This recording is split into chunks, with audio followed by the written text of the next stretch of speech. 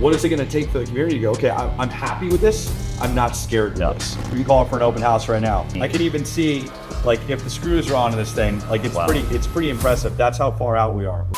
What's up, vlog? This is Jaffu. We're back with another episode, and we are here today in Los Angeles. But this doesn't look like your typical Hollywood or Santa Monica or Venice. We're in the San Gabriel Valley. If you look around, all these Chinese characters, because yes, we are in the Chinese American heartland of LA. Some of the best Chinese foods actually happening in these pockets that are outside the stereotypical West Side. I won't say I'm coming back to my roots, because I actually grew up on the West Side. I kind of grew up very whitewashed and very Americanized, but as I've gotten older, I've appreciated just authentic, great quality of food and experiences that we have at SGV. We're gonna sit down for some breakfast with my brother Justin, and then meet up with my friend Rahul and look at some interesting drone technologies. This should be a fun one. Jeff is like the plug. This guy's a genius. Gotta like actually eat L's along the way. If I can be helpful, let me know. Business.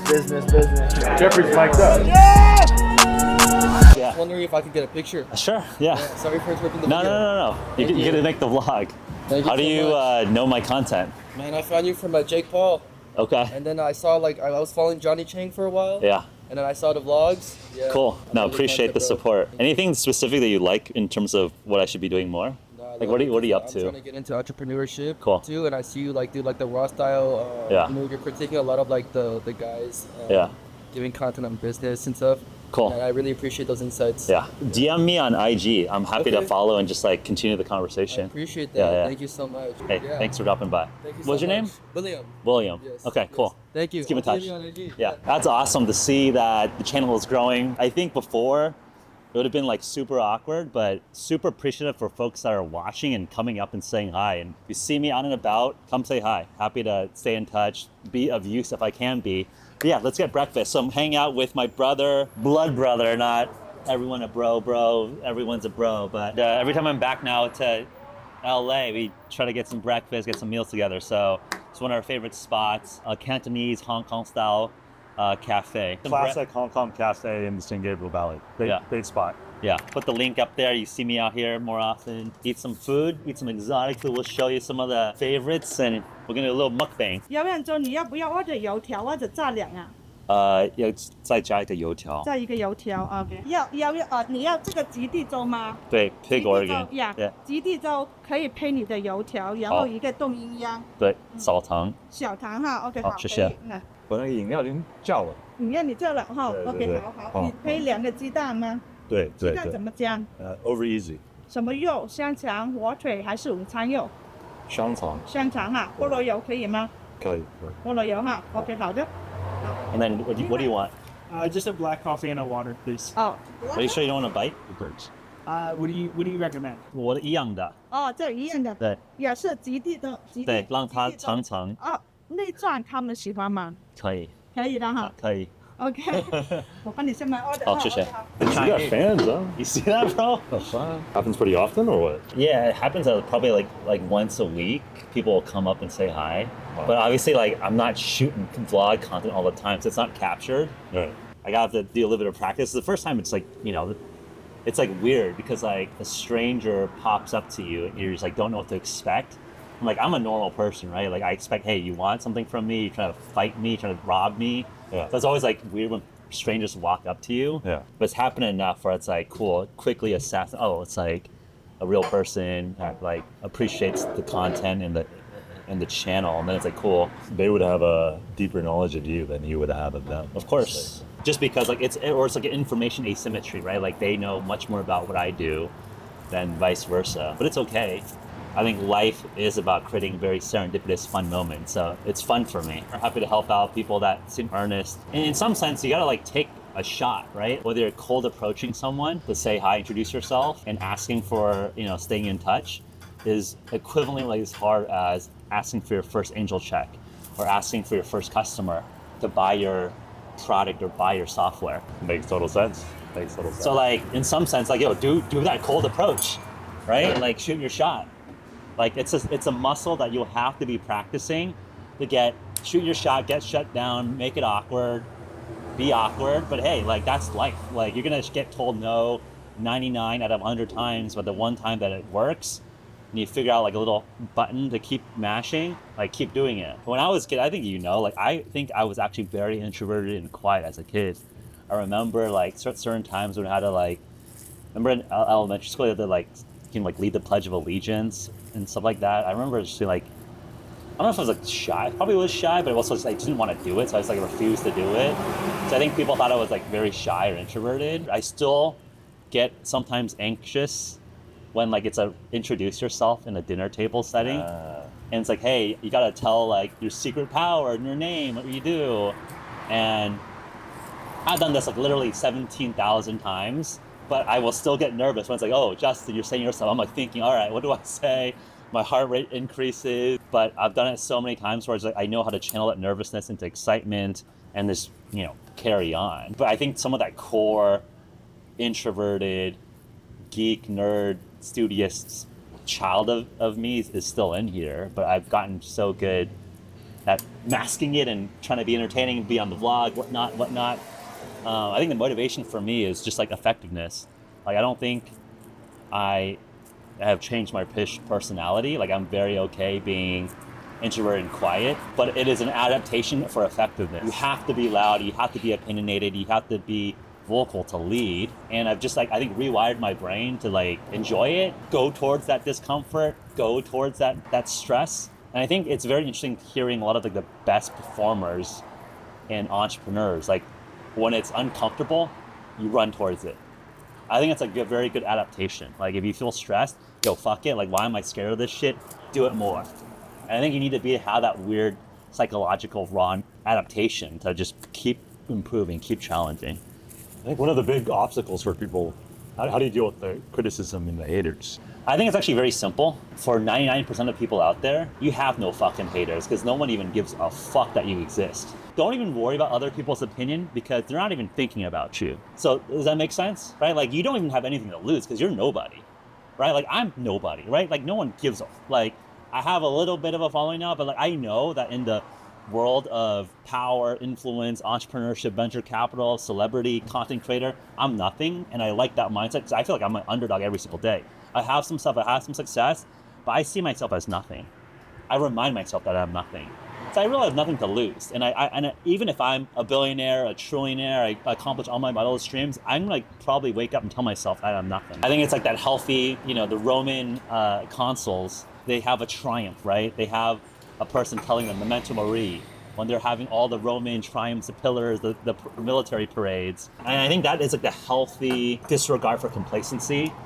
We are all mortal, we will all die. That I think the best need to have, right? I think pride begets the fall. I am pre-installing this hunger that will, I don't think will ever go away. But anyways, let's talk a little bit about the food. I think we ordered some coffee for Devin, but Ying Yuan is, I think it's a very like Cantonese Hong Kong drink. It's basically half tea, half coffee. So like obviously we've heard like boba, milk tea. I think it's very funny that like the English, the Europeans like have an appreciation for tea.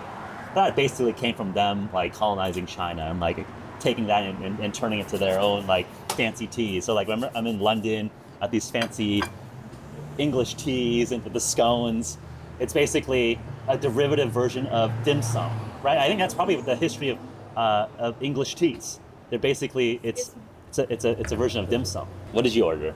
This is a noodle dish. Oh, sure. Yeah, so I think you got like the very classic Hong Kong style. So again, if you actually think about the history here, Hong Kong was an English colony. Like most of the non-Western world, China was colonized, and Hong Kong was a British territory for a long time. Obviously handed back control. Yeah, our dad's from Hong Kong, so we go there quite often, and it's like a very interesting culture because it's got that really cool blend of Western, English, British culture plus like classic Chinese culture. Anyways, talk 100%. about the dish. Yeah, I mean, you can totally see the fusion there, right? You have this kind of Chinese style tomato noodle dish for breakfast, yet you also have kind of Western eggs and sausage. We gotta Shows it all. get some dumplings for our shooter here as well. Gotta make sure the whole team eats. When one of us eats, the whole team feasts. I also ordered a surprise for Devin too. So I love congee. It's called zuo. It's basically like a soupy rice dish. It's like a savory oatmeal with toppings, and the toppings we're having are pig organs, so pork organs. So we're eating kidney, liver, intestines. So Devin's gonna eat along with us and experience some authentico Chinese breakfast. Excited? Yeah, a little nervous. It'll be good. It'll be good. Johnny in San Francisco, I was like, they messed up and they put like, they didn't cook this, and you were like, no, that's how it's supposed to be. Yeah, so like they basically, Devin thought like the tripe was uncooked noodle because it's like kind of bouncy. The texture looks like noodleish. So I think part of the vlog, we're gonna teach you about venture capital and business. We're also gonna level up your culture. Yeah. Oh, shit. That's the kind of mindset you want, right? Like the Roman. So yeah, just looping back. I love that. You start from nothing. You are nothing. Yeah, basically, I think really going back to mindset, it's like the most dangerous people have nothing to lose. And I think that's where all the innovation, all the great fighters, the great conquerors, the great entrepreneurs all started with nothing. And I think you get fat, you get complacent. That's where you get conquered, right? So it's a cycle. You know, like, we all know the saying, strong men make peaceful times make weak men make stressful times. Strong men come in, right? So it's that cycle. And I think it's like, we all have a choice. What kind of people are we gonna be? Are we gonna be the weak men in peaceful times? Or we're gonna have warrior mentality in both wartime and peacetime? Again, I think there's so many sayings. Would you rather be the samurai tending the garden or a gardener in war? Like, I think there's all these sayings through all these traditional cultures where it's like, yo, I'd rather be a warrior, a samurai in peaceful time, have that ability to be dangerous, be formidable, to choose to be restrained with it, than be powerless and then be thrown to the whims of stronger people around you. So that's a lot of my mindset as I approach almost everything in life, right? Like I think the way you do one thing is the way you do everything. So it is what it is. So the food's getting cold. I'll show you guys how I do my congee. So you gotta have the pepper. If you look at it, it's white pepper versus like the more Western black pepper. It's a lot. I think usually you don't dump this much in, but I like it peppery, and then classic Chinese red vinegar. I like my thing. Holy shit. I like it sour. Which is kind of interesting, right? Like obviously in Western American cuisine we have black vinegar, right? Like red wine vinaigrette. We have black pepper. This is the Asian variation. And then just mix it up. So you can see this is a liver chunk. Some kidney in here, some intestine. Wow. Get a little sip. Hits the spot. I don't know if Yummy, soupy, savory oatmeal. You'll like it then. It's a classic. just seeing what's underneath, I'm a little nervous. Here, I'll pepper it for you. Okay. I don't know if I'm gonna go for any of the liver or intestines. No. You gotta have a bite. The new age health You gotta have a bite. trend, right? You want those raw meats? Or Yeah. Not raw meats, but organ meats, right? Yeah. So this is what I think is like hilarious because like I have friends like the Paul Saladinos, Sean Bakers, all these carnivore doctors, which are great. Like I was actually pretty early on the carnivore bandwagon. They were introduced in like Liver King, another like carnivore influencer. They seem so exotic talking about eating kidney, liver, intestines, organ meats. And it's like, dude, this is like the stuff that I would eat growing up. Again, I think we grew up pretty Americanized, right? Like we lived in like friggin' bougie ass Palos Verdes and had Lunchables for like, our school lunches. So I didn't have those. I feel like a lot of empathy toward my other Asians who grew up here who like had stories about being bullied for having like stinky Chinese food for lunch. Right. I just like, we just didn't grow up like that. Like in some sense, like I think Asian food, Asian culture is getting cooler and cooler and cooler. I think Asian food is just like objectively fucking delicious. And I think it's getting more popular, right? K-pop, Korean barbecue. I think Koreans are doing a phenomenal job just making everything cool. Obviously everyone loves Nobu, sushi, omakase, right? That's just entering popular parlance. I think with Chinese cuisine, it's gonna be elevated to that same level, right? I think Americans are used to like the Panda Expresses, like the cheap, like it's like if we thought European food was McDonald's, right? Obviously, like that's like kind of the Panda Express. It's like cheap, easy, dirty, Americanized, like optimized for fast and for like the Western palate. But there's like so much rich food history in China, and I think that's just gonna be more disseminated as people get smarter. So I'm gonna call it like Chinese cuisine. There's gonna be like high-end Chinese food that people are gonna like look up to, like a Hakkasan or a Nobu. Like already with Korean barbecue coat, right? Like New York, Miami, all these like fine dining. I think the Chinese level will continue increasing. I mean, I think in China already it's like there's like public company like Haidi Lao, all these hot pots are just like literally like Din Tai Fung. That's already coming, but I think there will only be more. Yeah. And it'll be like even more exotic and interesting. Yeah, for sure. I gotta show it. This is Chinese donut. It's called youtiao. I think Western desserts are superior, probably, right? Like the cakes, I think Asian culture doesn't have that much dessert. Well, this is a classic. This is a pineapple bun. This is sweet. You can see that sugar crisp on top of the bun. You want to dig in? All right, Jeff Fu is gonna be on. Just behind the cam. We're gonna give it a taste here. Mix up the vinegar a little bit. Okay. It's like grits. Like It's savory. Kind of grits. Yeah, but it's better. Like grits have no flavor. Yeah, I don't know whether it's the red wine or there's like actual flavor like just in it, but I can eat this. I'm definitely the meat and the liver. I don't know. I might hold off, but the broth I can. No, it's yeah. Definitely, yeah, don't exoticize it too much, right? I think it's organ meat. That's the new trend, right? It's good for you. You're just on trend, man. You're on trend. Some delicious liver. It's great. 很好，喜欢吗？很好吃，很好，他喜欢这个内脏的都喜欢啊。对。哦，那就好，那就好。OK， 好。 Just asking if you like the organs. Yeah. Oh, I didn't have the organs yet, but the broth is good. Yeah, I like it. I like it. 喜欢吃好，好的。 He's very kind checking in on you. Like, of course, we love the ribeye, we love the New York strip, we love the prime rib, but it's just muscle meat, right? And I think for organs, like, it's just interesting texture and depth of taste. Let's level up the palate, guys, right? Like, you should have some of the complexity of the bitterness of the organs. To me, it's just more delightful, more interesting. It's like reverse dunking. It's like, yo, you guys have no taste and you just want to eat muscle meat, that same thing over and over and over and over again. Come on, level up the gastronomy game, have some novelty, have some adventure in your life, eat some organs, eat some interesting cuisine, eat some different spices. To me, this is delicious. Notice how I didn't order the porridge here. I'm not as big a fan. Yeah, why? You just don't like it that much, or like you eat it, but like, it's not that interesting of a flavor profile? Yeah, it kind of reminds me of oatmeal. Chinese Yes. oatmeal. Yeah. So that's a good It's a little analogy. boring. It's a little boring. So you think it's just boring? Yeah, I think it's a little boring. So, but you Very think carby, very- overeating eggs and sausage is not boring? I think there's a variety of textures here, right? I have over easy eggs. I have sausage, links. I have noodle soup, veggies. I got a pastry. Yeah. That's sweet.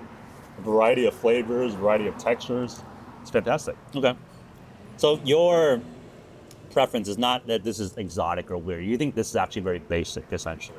I think it's pretty basic. When I have options, I like to try more flavors.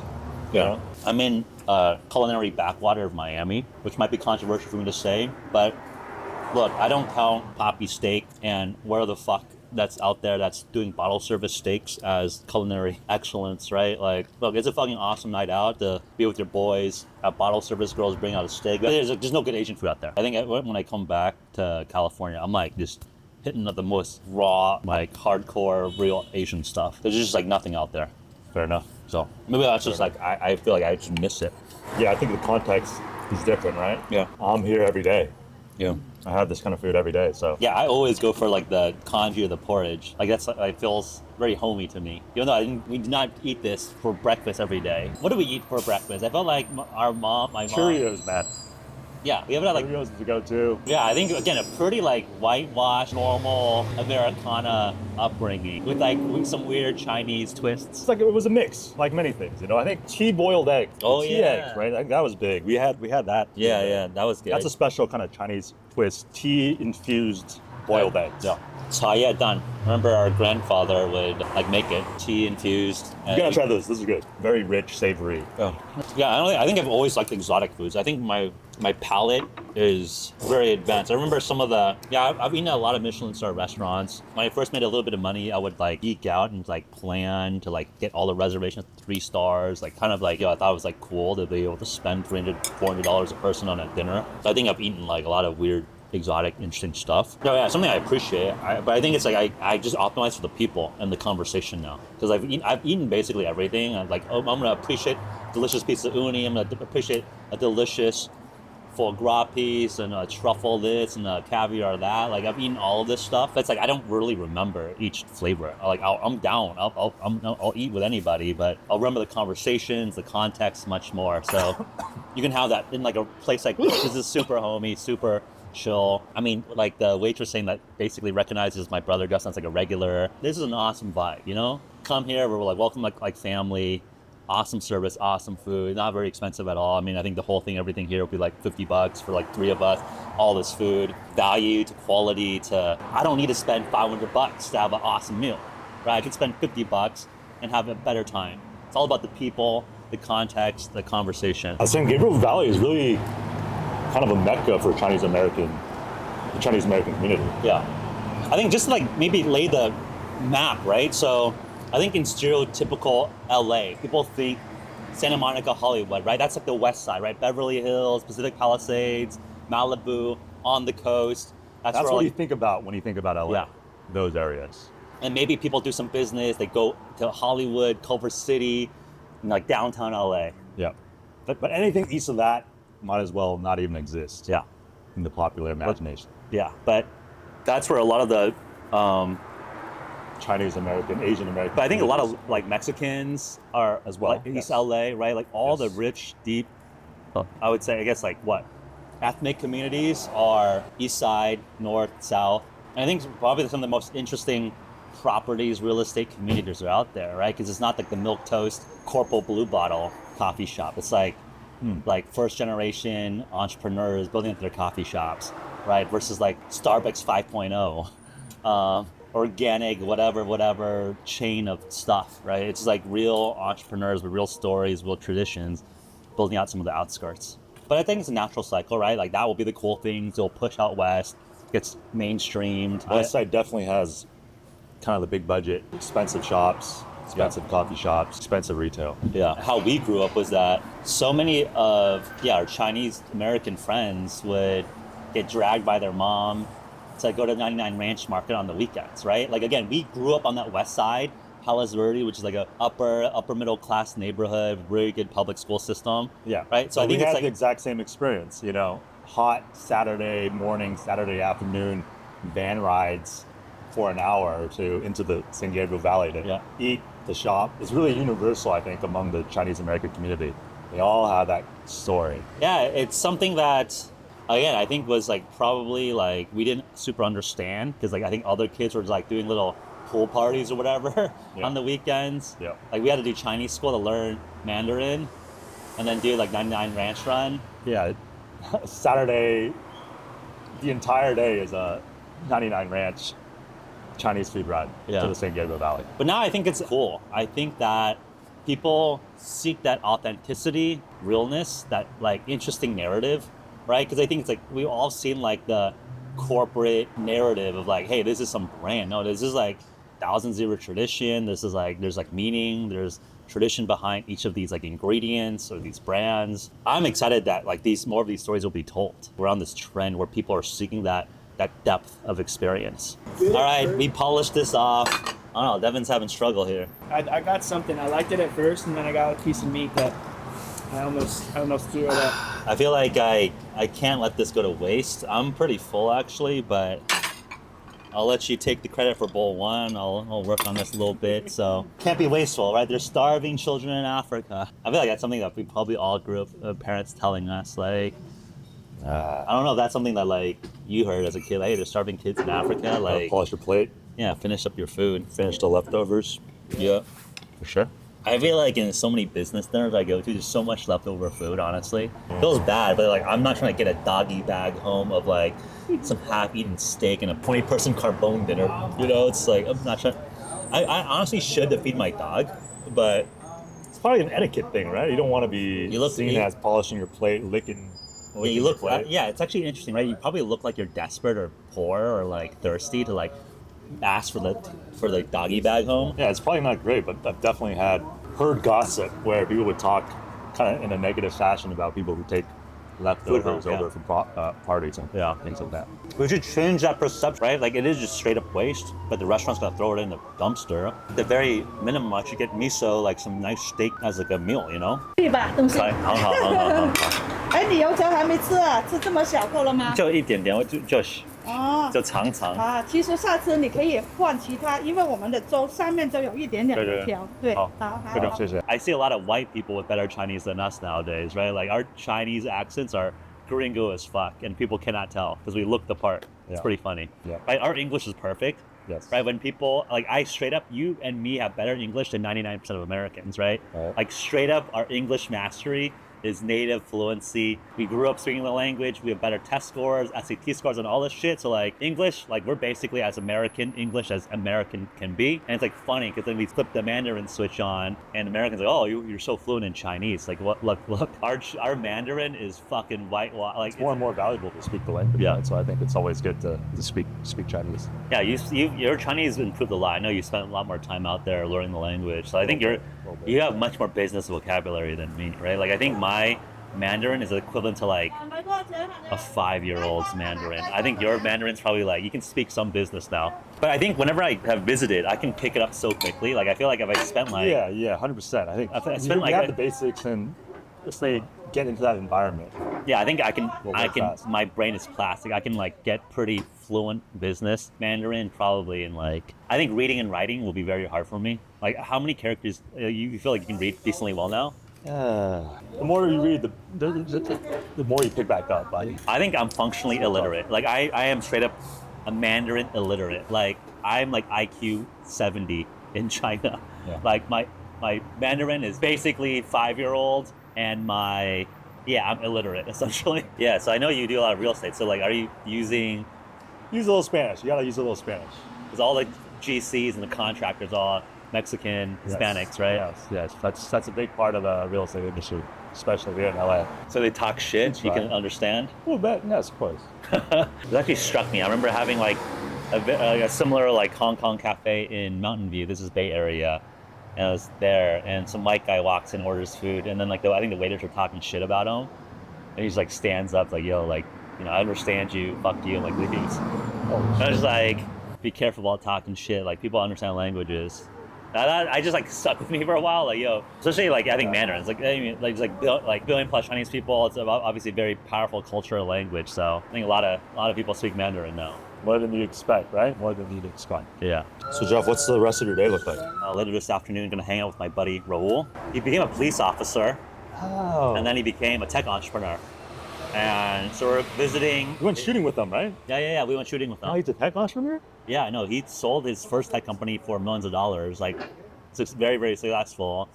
Invested in his second company called Aerodome. So we were seed investors, and he just raised a big Series A, 9-figure plus valuation. So awesome anti-fund write-up. But they're building basically public safety police drone deployment tech. So he's not a police officer anymore. I think he's still a reserve police officer, but like he has some of the best public safety police Technology. chiefs like involved, plus the technology. So we're gonna drop by and like check out the drones. Actually, let's get on the roof and we're gonna vlog the whole thing and see what's the future of policing look like. All right, I know you're super busy as well, so Good. Thanks for having me. Thanks for the meal. Yeah. See you in a little bit.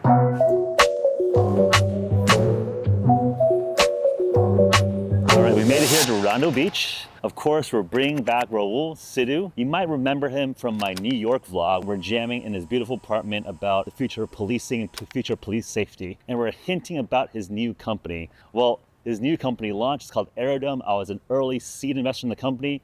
They raised a massive Series A. And today we're gonna check out the technology, the product, and see these police drones in action. This should be a super fun one. And this is really what the channel is all about. Sneak peeks behind early stage venture capital deals in some of the fastest growing, hottest tech companies in the world. Should be a good one. Good to see you, man. Yeah. Thanks for coming down. Oh, thanks for doing this on the weekend. Yeah, absolutely. This location is the second ever drone as first responder launch location in the country. I set this up as a reserve officer Okay. back in March of 2020. So we've been doing this for 4 years here. It's grown quite a bit. The reason we picked this is because it's the tallest building and it's in the center of the city. So when you launch a drone from this building, your response time on average is going to be your fastest, and your connectivity with the radar or with the radio antenna is going to be the cleanest because it's the highest point in the building. Yep. Or the city. So if you're number 2, where's number 1? Chula Vista, California. Okay. Los Angeles County has the largest amount of police departments doing drone as first responder in the world. Yeah. Yeah. I've been hearing a lot of friends in Beverly Hills are We're not seeing going up these here. drones patrolling. So is that just becoming more and more ubiquitous? Yeah, they're not really patrolling. Like they're doing exactly what we do, which is they just respond to calls for service. Yeah. So when a 911 call comes out, we send the drone. Same thing Beverly Hills does. They send the drone.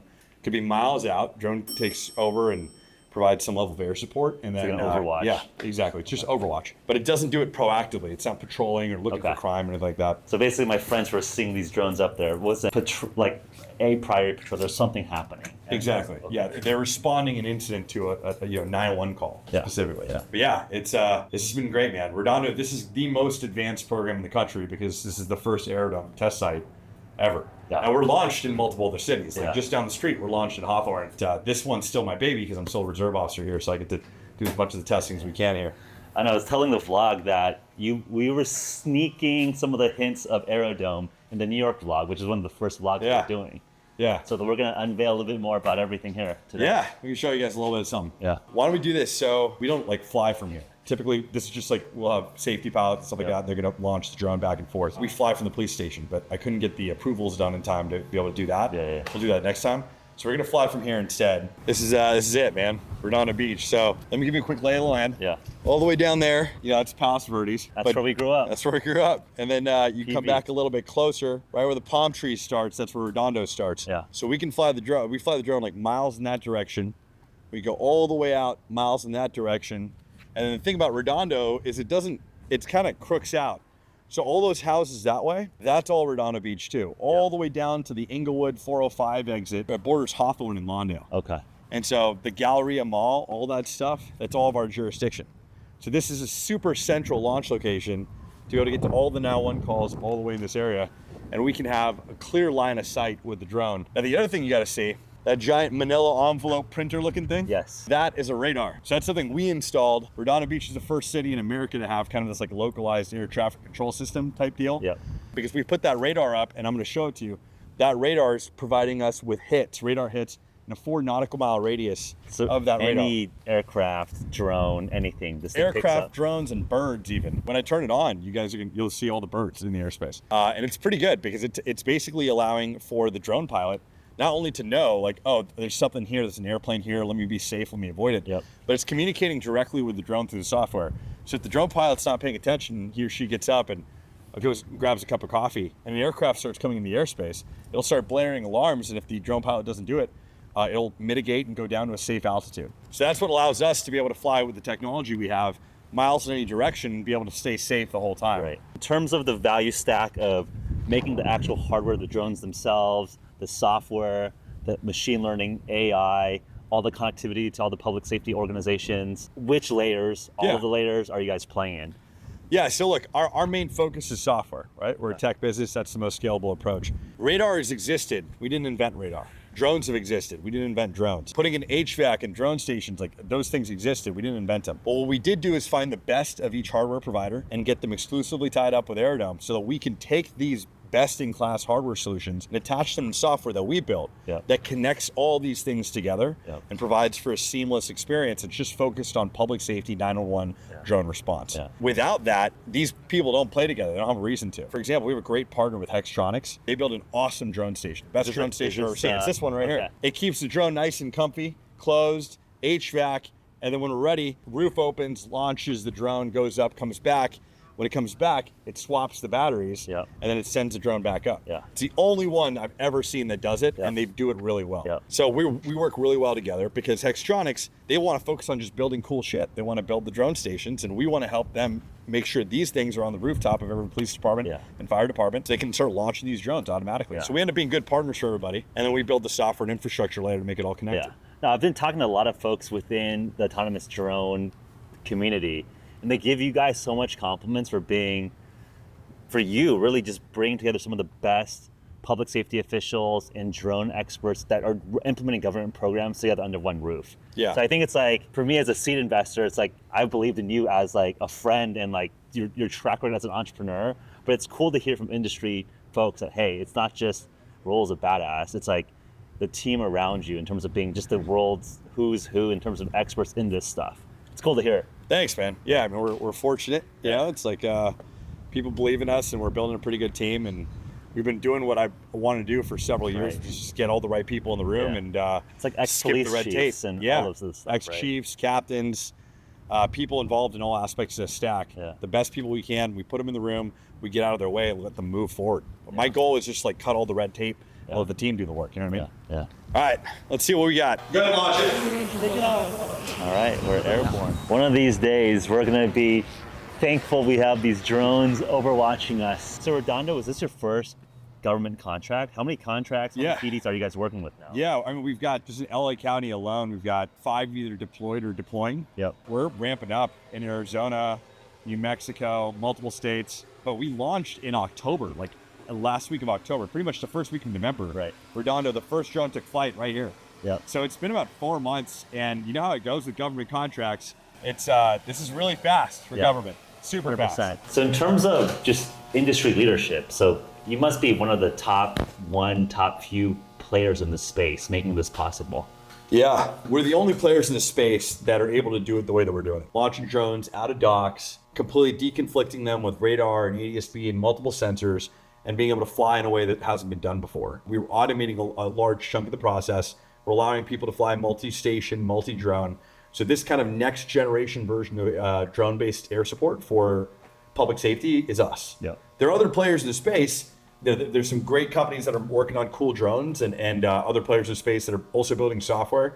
But we're the first ones to really get all this stuff together and take it to the next level. I can assure you, give it a couple of years, there's gonna be more people, because this is a pretty big opportunity from a business standpoint. Yeah. And the impact you make, everybody on our team like wants to work here because we're constantly out there. Our software is being used to save lives. It just saved a life last week. So it's like people want to do this, and there's gonna be more companies, more Can you people. share that story? That's crazy.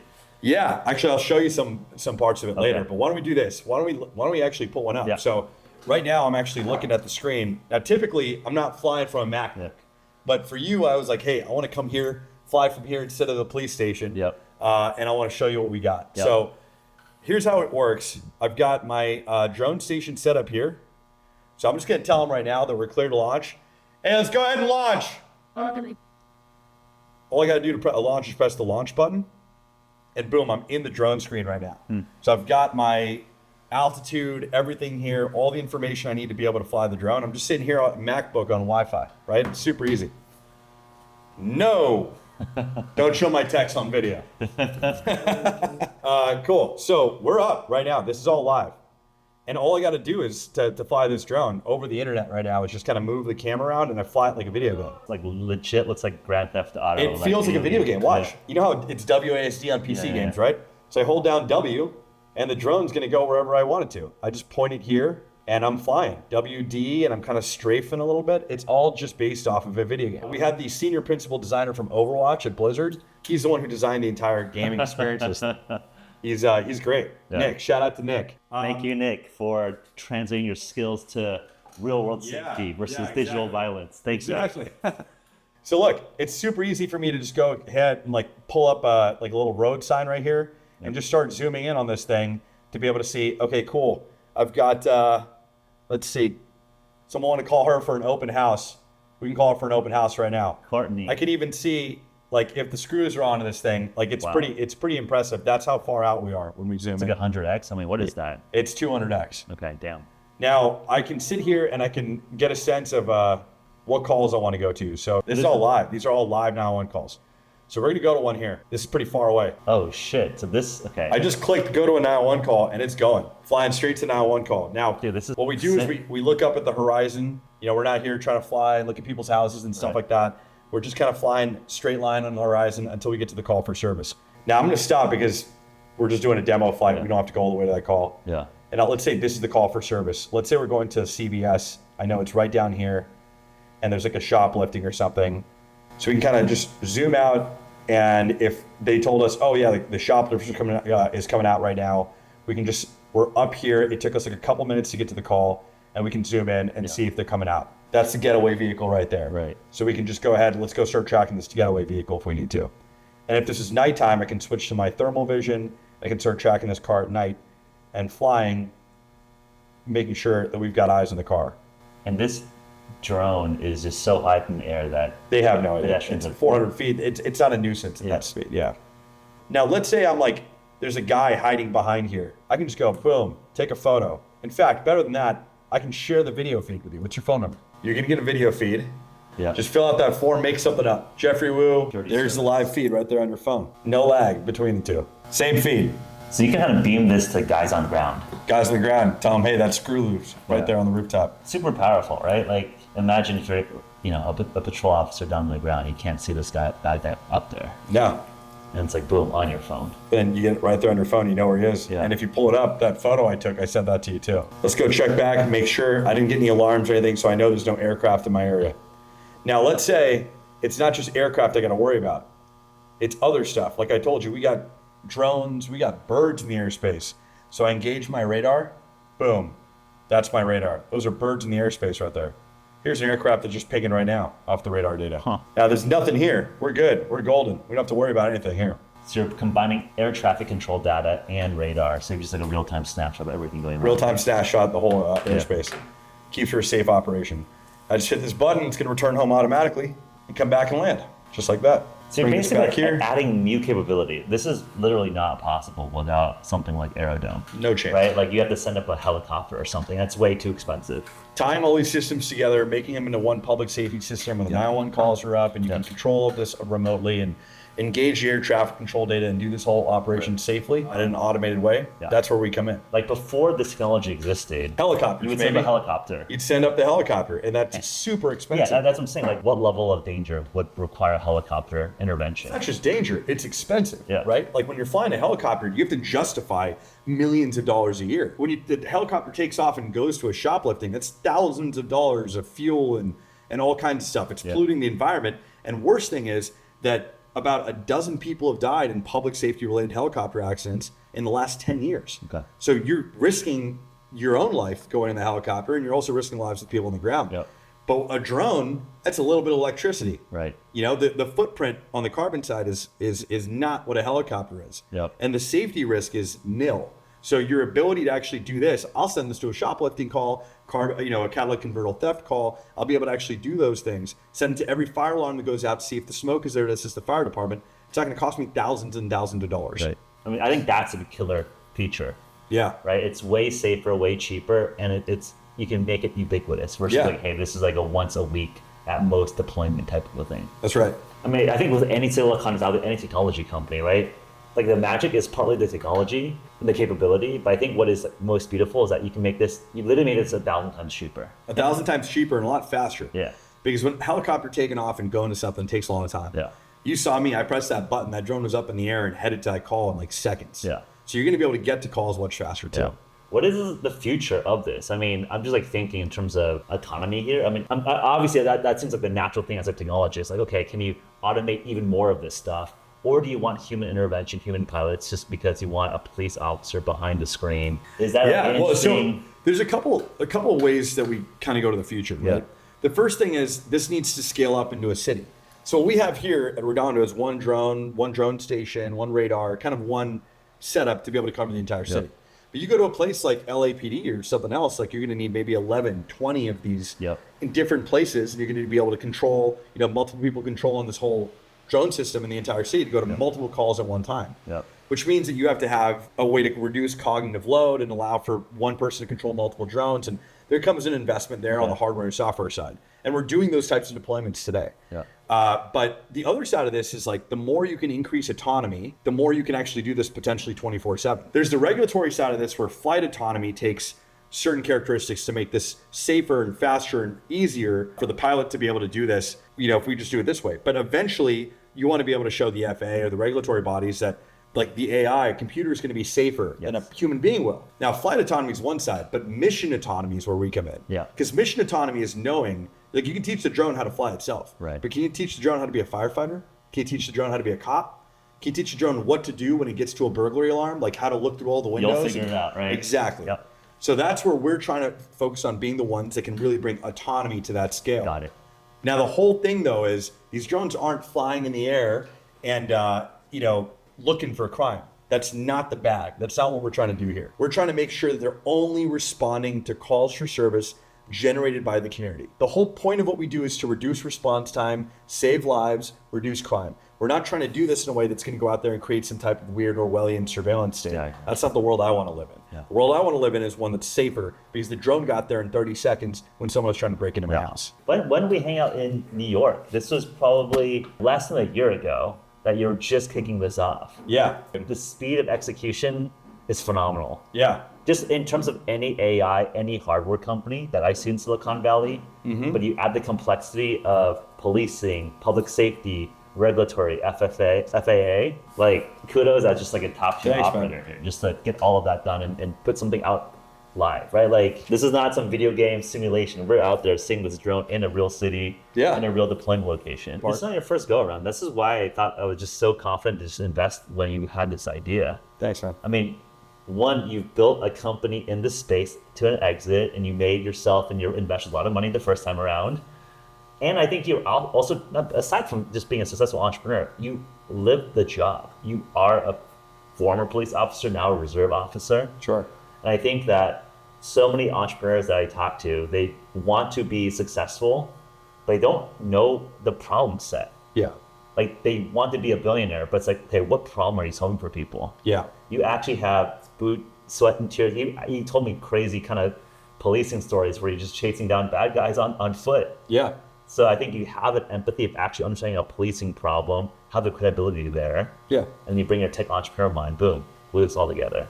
It's cool to see it's actually start happening. You know what, man? I think like I'm a big believer in founder market fit. Yep. And like, you know, I write angel checks sometimes too. Not like this guy, not check sizes like you, but I'm writing some and I'm always looking for the person that's lived the problem. So I totally agree. Because when you've lived the problem, you're not making a bunch of guesses. You're not trying to figure out how to empathize with the user. You're just thinking like, what would I want if it was me? And that helps a lot. One thing I wanted to show you real quick is that flight we just took. A big part of what we do to make this safe is also to make it legal, right? So you have to have all of that data. It needs to be reported to the FAA, and it also needs to be presentable to the community. To get the trust of the community and maintain the trust of the community, agencies have to be continuously transparent with the community themselves, which means they have to be able to show every time the drone took off what it was doing the whole time. That whole flight is recorded like a body camera. You can't turn it on and off. So that whole flight that I was just showing you, this whole thing, we just did this flight.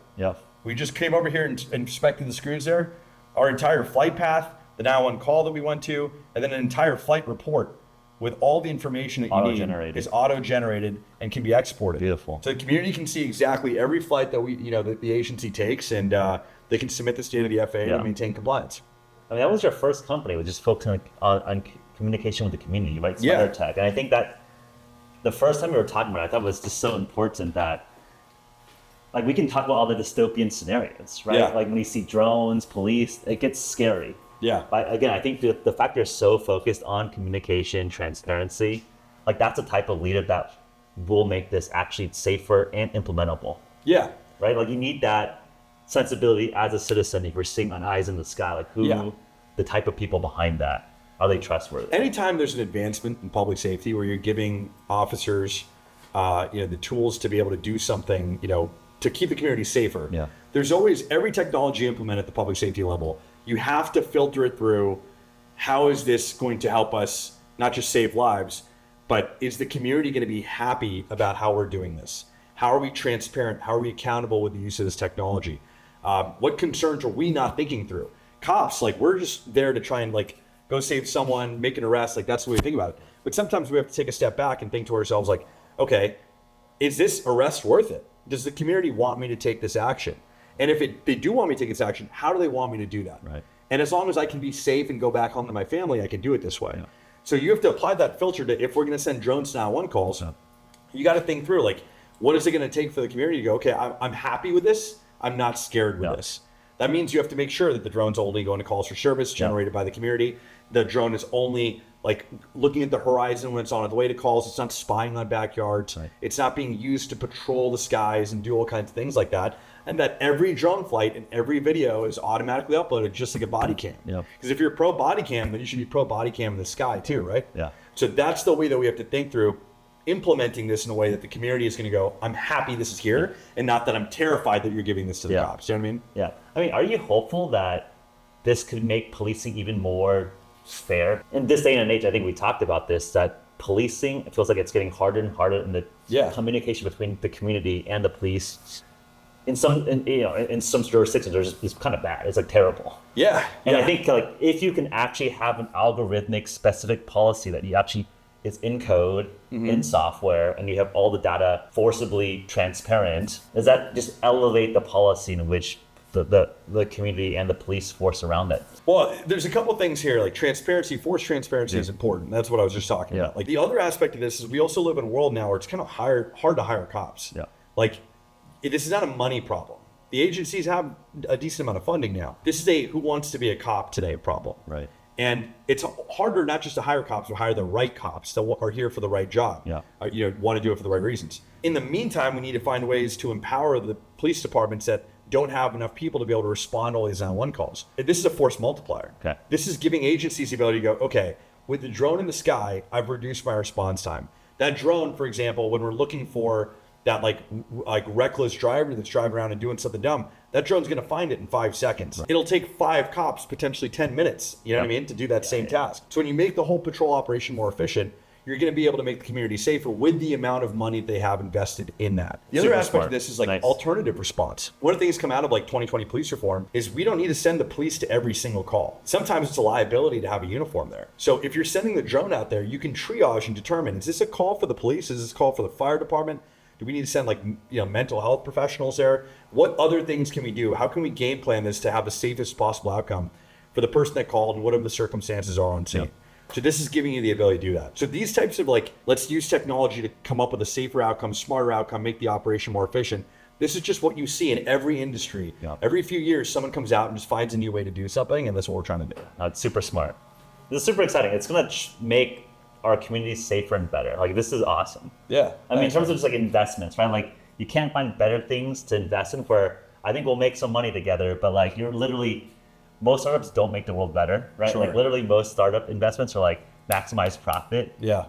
Of course, this is a for-profit business, but literally there's very few companies who can say, hey, this is gonna legit make the community safer and world better. So we feel good about it. It's so easy to back this one. Thanks, man.